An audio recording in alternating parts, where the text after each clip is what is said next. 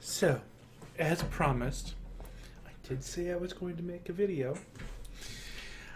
Mind you, I don't really know what I want to do with the video. I don't think I'm quite ready to sit down and go through kind of I need to do a new intro. And you may have noticed my old intro's gone. Poof.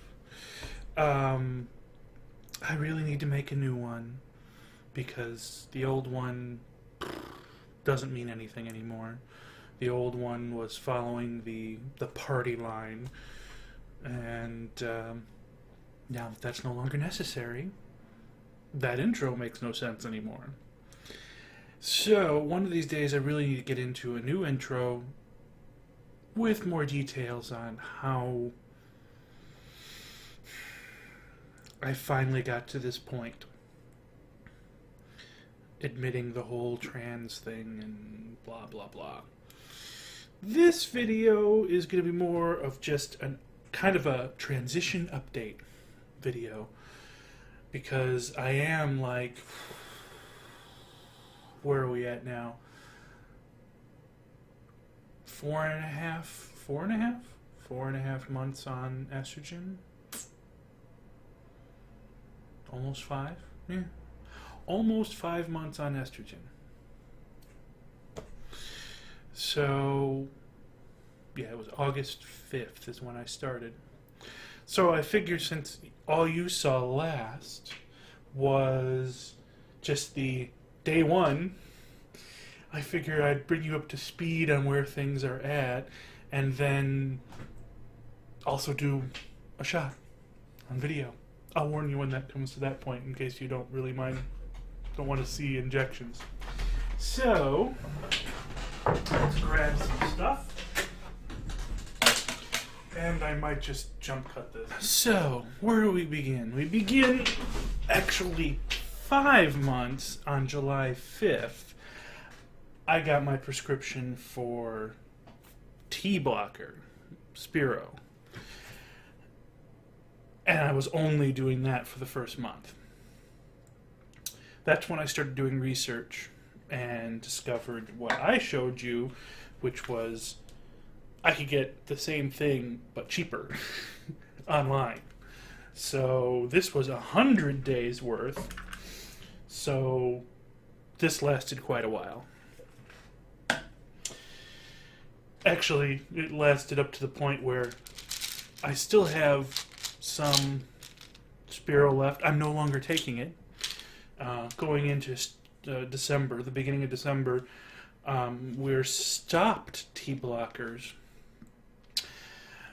because I was taking the Spiro for more than just the T blocking properties that it's used for. Basically, when I started this whole thing, talked to my doctor, and it's like, I have a little bit of hypertension, on some a medication for blood pressure, and I was like, well, now that I'm finally admitting to you, and man, was that the most...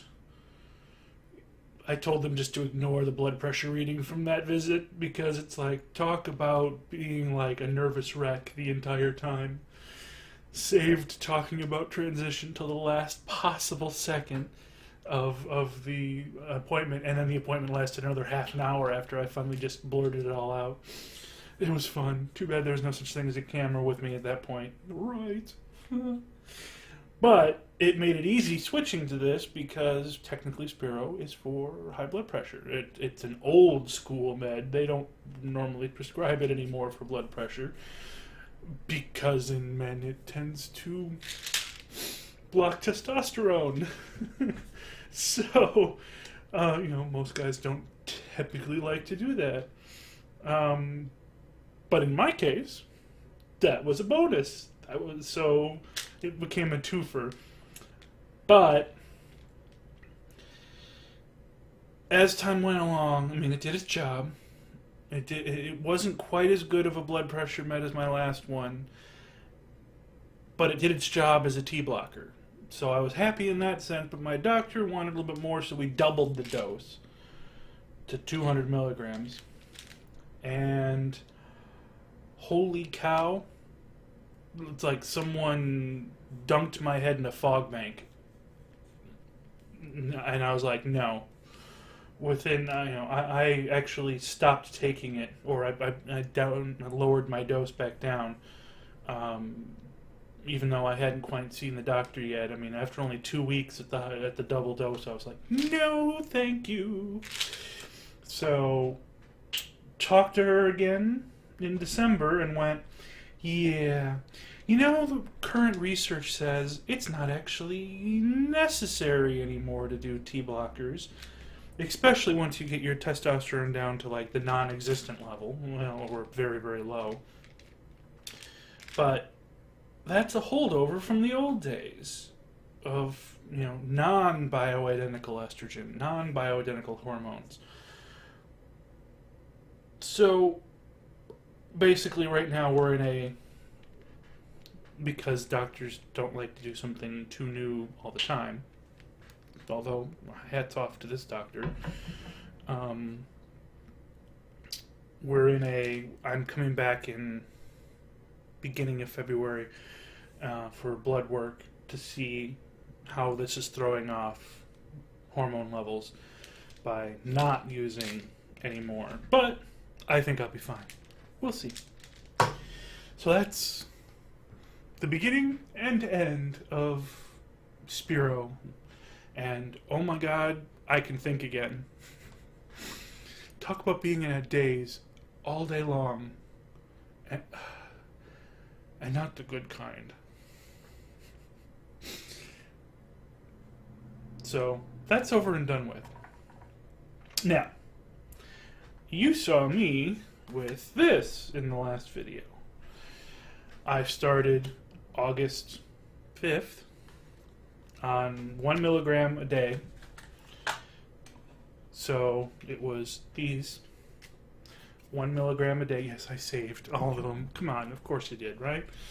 So on 1 milligram a day for the month of August. And the month of September, we went to 2 milligrams a day. And one of the things they like to do is split the dosage, morning and evening. That way it's less impact. Because unfortunately the downside to taking pills is it's stressful on the liver. So the less you can push through the liver, the better. So split the dose. Then after that, actually went up to, so that was, August was 1, September was 2, October, like into October, like started October, but yellow. Now we're into the 2 milligram pills. Into October just doing some 2s, but then doubled that and became 4. 2 in the morning, 2 in the evening. And finally my levels were getting closer to normal. Not quite there yet. But it's at that point also one of the liver tests were starting to get a little high for like stress. So I talked to her, and that's when I decided, or we decided, to switch to injections. Because injections bypass, I mean, yes, everything's going to go through the liver eventually, but one of the things with pills is it goes through the liver twice. And that means more stress. The liver has to work harder processing the hormones than processing everything else in the body. So if you can inject your hormones or use a patch transdermally or the gel, or, and this applies, same with testosterone on the other side of the spectrum, that's why they don't normally do pills that you swallow, because the whole point is to avoid damaging the liver by making it work too hard. So we went to, because patches, no thank you. I'd rather do injections. I'm already doing injections for the Enbrel for my skin, so why not add another one? It's like no biggie at this point, right?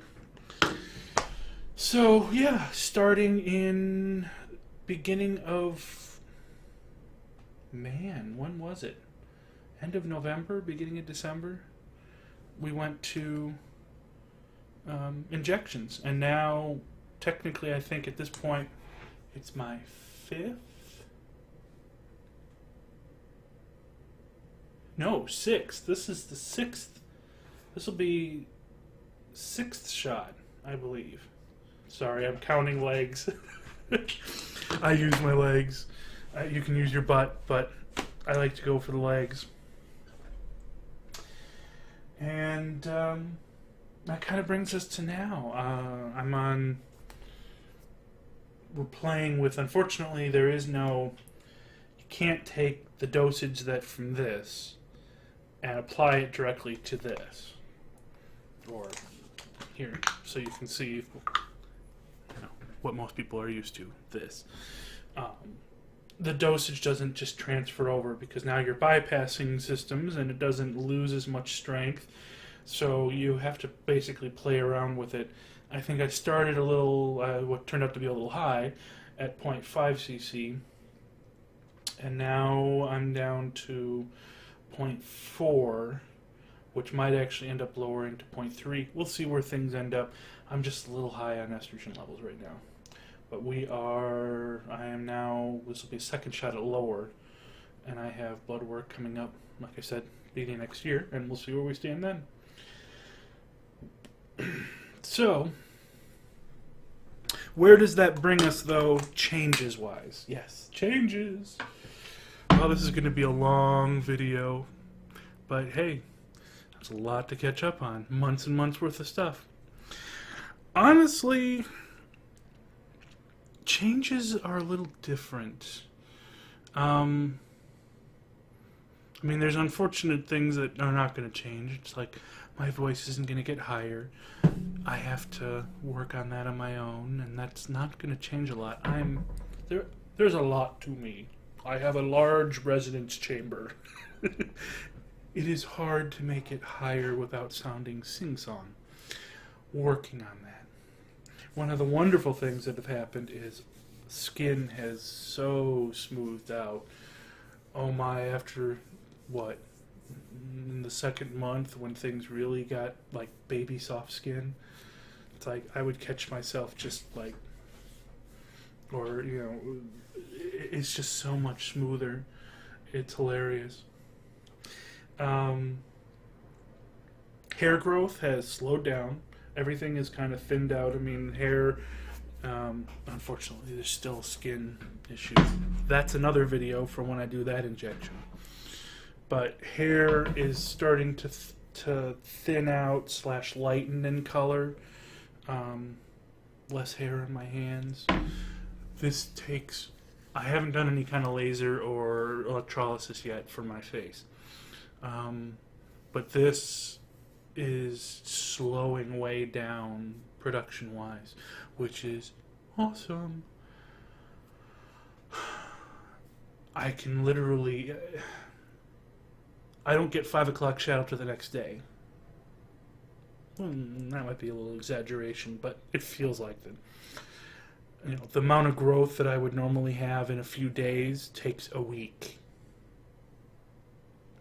So, and then, slowed way down, thank God. But, yeah, enough about that. Yeah, so things are coming along. Oh, well, and then, the obvious things that are starting to grow. Man. Talk about sensitivity. It's thankfully becoming a lot less painful. We have moved beyond the don't breathe in my general direction of my boobs because they will hurt from the pressure. But, yeah, I think some of the hardest things were finding a bra that fits me. Like I said, there's a lot of women to love here. I've got a big rib cage. finding 52 band size is not exactly simple to do. Luckily I was able to. But not complaining. Things are coming quite along. I think as much as wig-wise, I just love bouncing all over the place. Wig-wise, there were quite a few different wigs that I had gone through. And you may have actually, if you're, seen me on Facebook or Tumblr or wherever, you'll have seen some pictures of like 6 wigs on racks. I did get some long ones, but I've definitely come to like this one. It's kind of an in-between style, not too masculine, not too feminine. I love the color. I'm a ginger. But I kind of like it. I've got this color, and then I also have it in a blonde, which I don't, well, a dirty, like, light brown. That I kind of like this one more, but I really have come to like this style more than anything. So, maybe I won't do long hair that much. Fine with me. Rather butch anyway. Yeah, I'm trying to think. Is there anything else? I think that'll about do it, though. I mean, that brings me up to now. So now, as the last and final piece of this, we're going to do my injection. So I'm going to prep. I bought this wooden box like a year ago or something in an auction type thing at work, and had no real use for it until now. It works perfectly as my hormone and needle box. I washed my hands earlier, but I do like to do a little hand sanitizer just beforehand.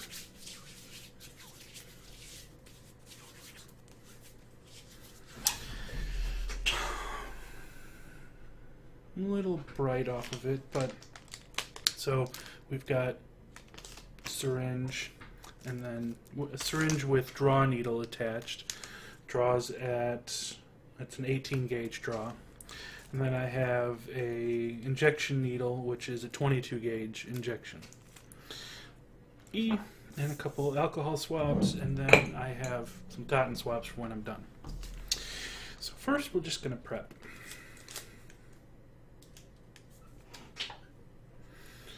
Clean the top.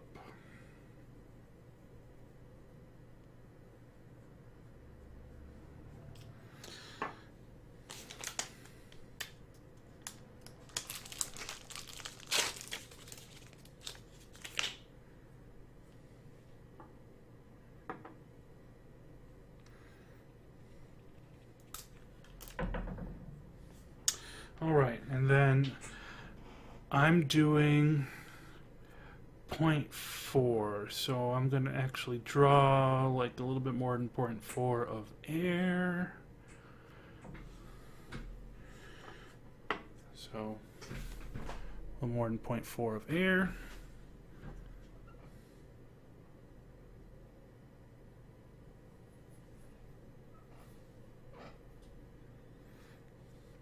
Check the air. And now this is an oil, but cottonseed oil seems to be a lot thinner than,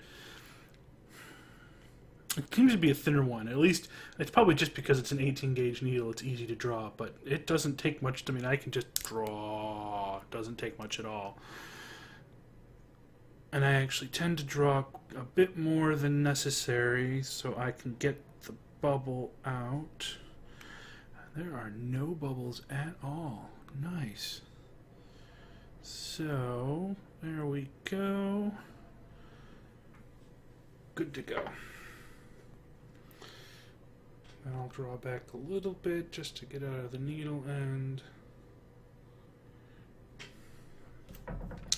And then carefully recap.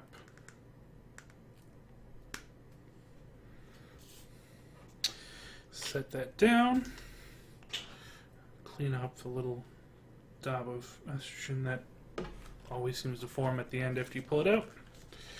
And put away your vial. Throw that out. Throw that out. And then now I will change to the injection needle. This is just a twist. And a twist. And alright. Throw that away, and this will go in the sharps container, which I don't have here. I have in a cabinet, which I'm not going to show you, but I have a sharps container. It's over there. That will go in there when I'm done here. Oh, the next part. Okay. This does make it a little tough still. As you can kind of see from this coloration here, this is kind of prime territory for where a lot of people will inject. I mean, this is one of the injection locations, is this outer muscle here.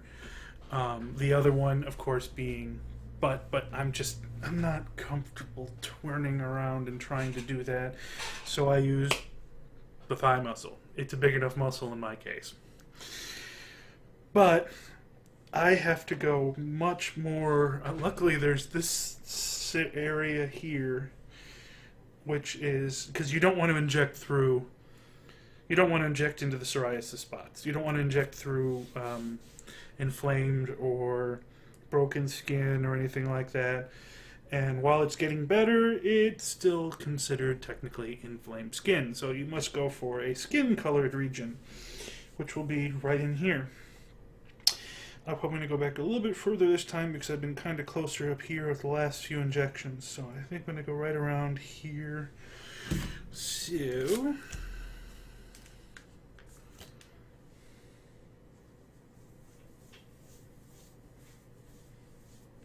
and I just cover the whole area.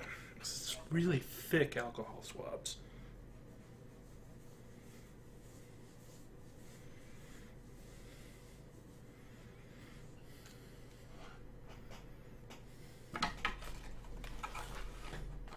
So I don't think I actually showed this while the alcohol dries, just so you know what I'm injecting, and that it isn't anything naughty. Yes, it's estradiol valerate in cottonseed oil, and it is 40 milligrams per milliliter, and this is a 10 ml vial.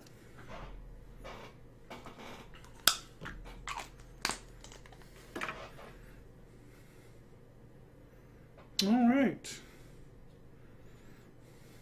You don't want to inject through alcohol.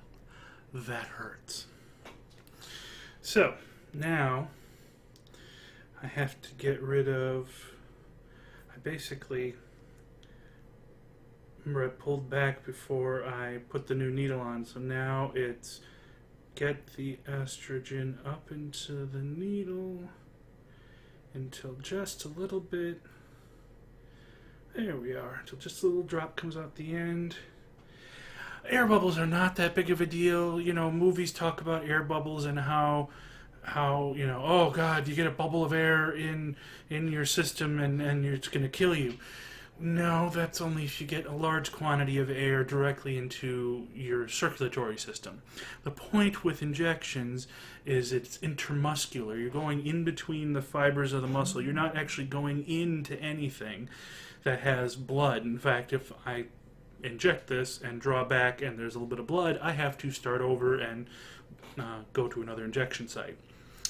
So we're, you know, a little bit of air bubbles, no big deal. But I actually got this one like completely air bubble free. Yay! So, okay. What I do, normally I'd be playing music right now as something to keep my mind off of it, but normally I do something called it's a the closest thing I get to the Z-track method, which is, now I'm injecting here, so I put my hand in front of where I'm injecting, and then I loosen the muscle up, relax, but I pull the skin that way. And hold this kind of like a dart.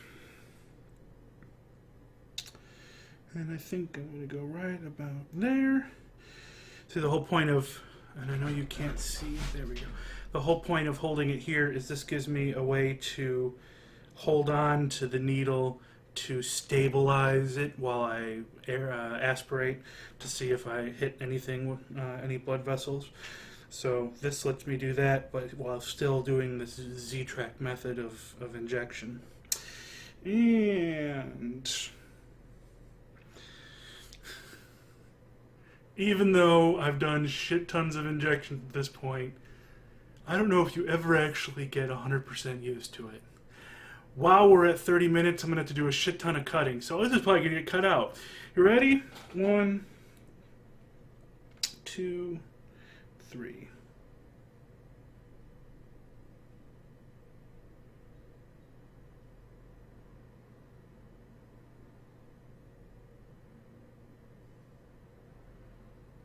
All right. Draw back. No blood. And inject. And while it is thin, I don't like to inject fast.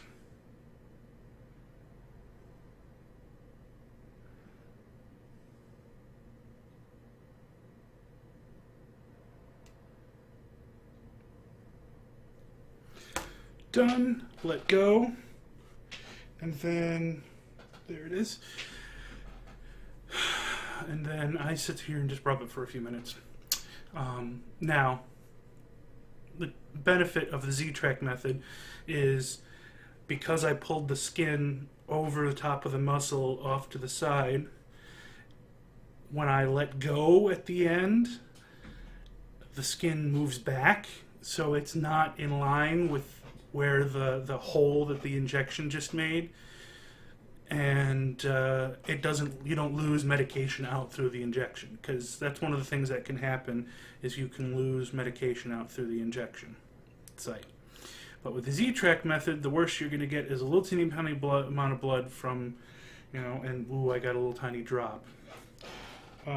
Little teeny tiny amount of blood from the actual hole.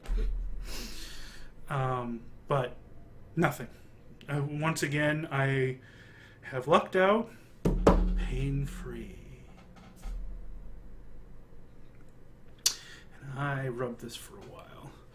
What you're kind of doing is you want to move it, you want to get it moving around inside. You don't want to keep all the medication in one little spot.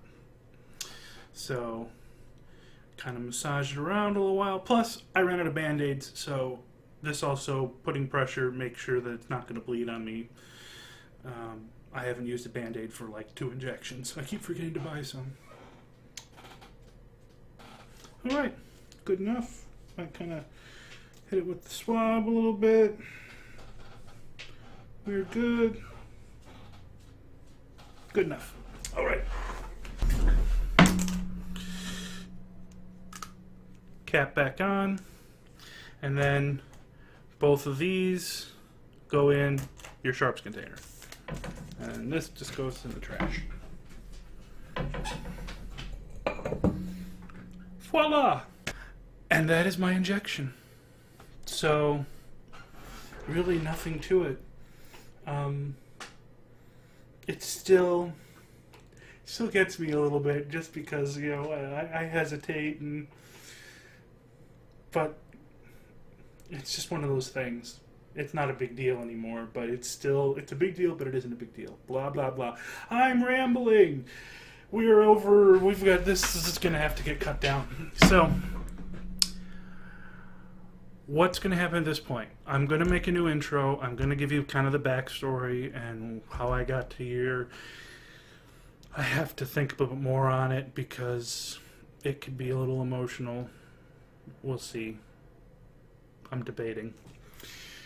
But I do want to do another video. I don't know if I'm going to do one tomorrow for my Enbrel injection. If I don't do it tomorrow, it'll be the following Friday. Promise. I don't know if I want to do another one right away. So, either there'll be a new video tomorrow, or there'll be a new video in a week. Beyond that, not much else I can say. Thank you, thank you. This is going to be a long video. It shouldn't be 30 minutes, but it's probably going to be 15 to 20 minutes. Sorry, but this is the big catch-up moment. Yay! Boy.